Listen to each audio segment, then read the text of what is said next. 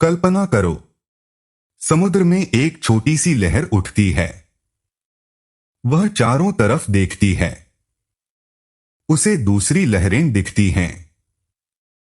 कुछ उससे बड़ी हैं, कुछ उससे सुंदर हैं, कुछ उससे शक्तिशाली हैं। और फिर वह डरने लगती है। उसे लगता है, मैं छोटी हूं, मैं कमजोर हूं, मैं कभी भी खत्म हो सकती हूं। एक दिन मैं टूट जाऊंगी, एक दिन मैं मर जाऊंगी। लेकिन फिर एक दिन उसे ऐसा सत्य पता चलता है जो उसकी पूरी दुनिया बदल देता है। उसे पता चलता है, मैं लहर नहीं हूं, मैं समुद्र हूं। और उसी क्षण उसका सारा डर समाप्त हो जाता है। आज अष्टावक्र गीता के चैप्टर 2 में राजा जनक इसी अनुभूति तक पहुंचते हैं। वे कहते हैं, मयनंतम हाम बोधो विश्वपोत इतस्ततः भ्रमति स्वांत वातेन न ममास्त्य सहिष्णुता।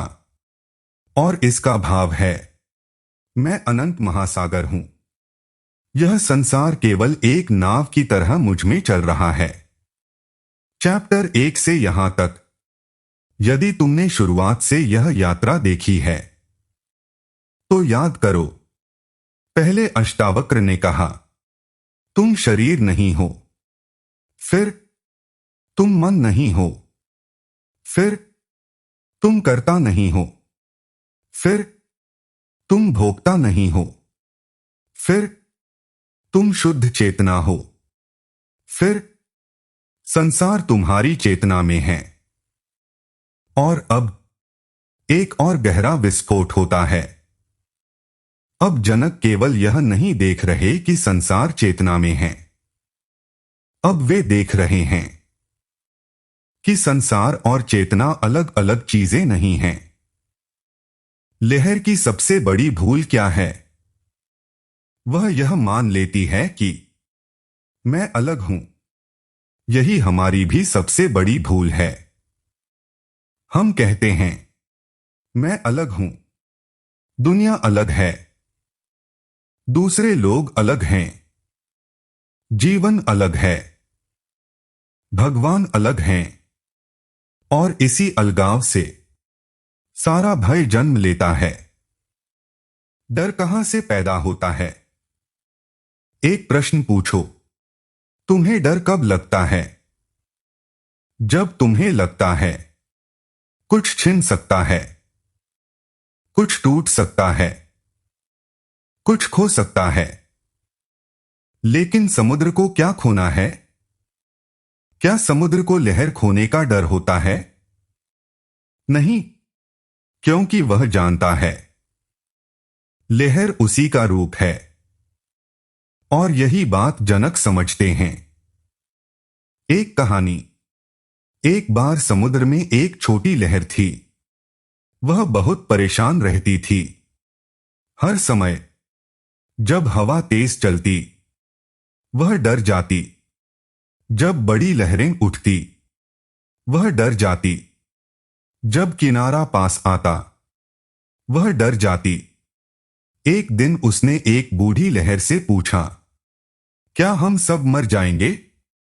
बूढ़ी लहर मुस्कुराई। उसने कहा, हां। छोटी लहर कांप गई। फिर बूढ़ी लहर बोली, लेकिन एक बात समझो, तुम लहर हो ही नहीं, तुम समुद्र हो। और उसी क्षण छोटी लहर पहली बार शांत हुई। हमारी पूरी जिंदगी भी ऐसी ही है। हम पूरी जिंदगी अपने लहर रूप को बचाने में लगा देते हैं।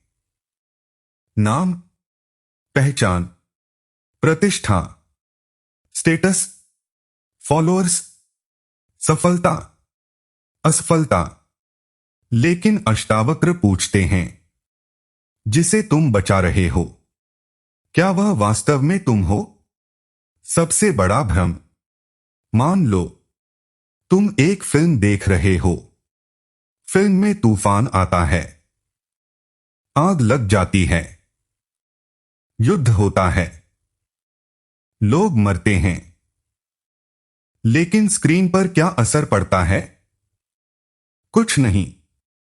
इसी तरह चेतना में जीवन की घटनाएं आती जाती रहती हैं, लेकिन चेतना स्वयं कभी घायल नहीं होती। चैप्टर 2 में पहली बार जनक केवल सुन नहीं रहे, वे देख रहे हैं। यह जानकारी नहीं है, यह अनुभूति है। और अनुभूति में वे कहते हैं, मैं महासागर हूं। ध्यान दो, वे यह नहीं कहते, मैं महासागर बनूंगा। वे नहीं कहते, मुझे महासागर बनना है। वे कहते हैं, मैं हूं। यही अष्टावक्र की पूरी शिक्षा है। तुम्हें कुछ बनना नहीं, तुम्हें केवल देखना है। एक खतरनाक प्रश्न, अगर अभी इस क्षण तुम्हारा नाम बदल दिया जाए, क्या तुम बदल जाओगे? नहीं। अगर तुम्हारी उम्र बदल जाए? नहीं। अगर तुम्हारी नौकरी बदल जाए? नहीं। अगर तुम्हारे विचार बदल जाएं? नहीं। तो फिर वह क्या है जो कभी नहीं बदलता? अष्टावक्र कहते हैं, वही तुम्हारा वास्तविक स्वरूप है। समुद्र की गहराई, समुद्र की सतह पर तूफान हो सकता है, लेकिन गहराई में शांति होती है। हमारी जिंदगी भी ऐसी है। ऊपर विचार, भावनाएं, डर, तनाव, क्रोध, चिंता, लेकिन भीतर एक गहरी शांति है जो कभी नहीं हिलती। और जनक पहली बार उस गहराई को पहचान रहे हैं। तुलना कब होती है?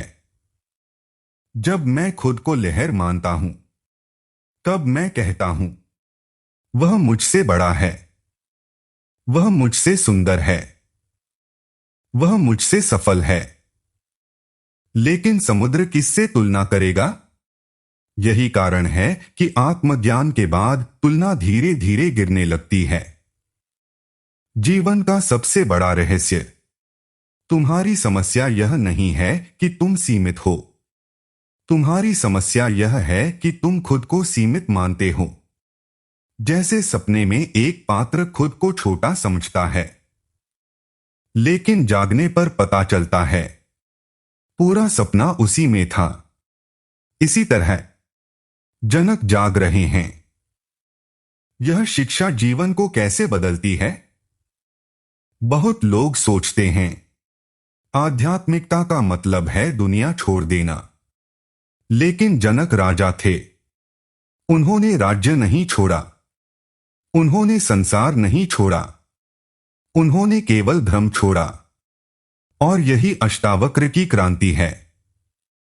तुम्हें जीवन छोड़ने की जरूरत नहीं, तुम्हें केवल गलत पहचान छोड़नी है। एक चिंतन, आज रात जब तुम अकेले बैठो, अपने आप से पूछना, मैं वास्तव में कौन हूं? लहर या समुद्र? क्या मैं अपने विचार हूं या उन्हें देखने वाला? क्या मैं अपनी कहानी हूं या कहानी का साक्षी?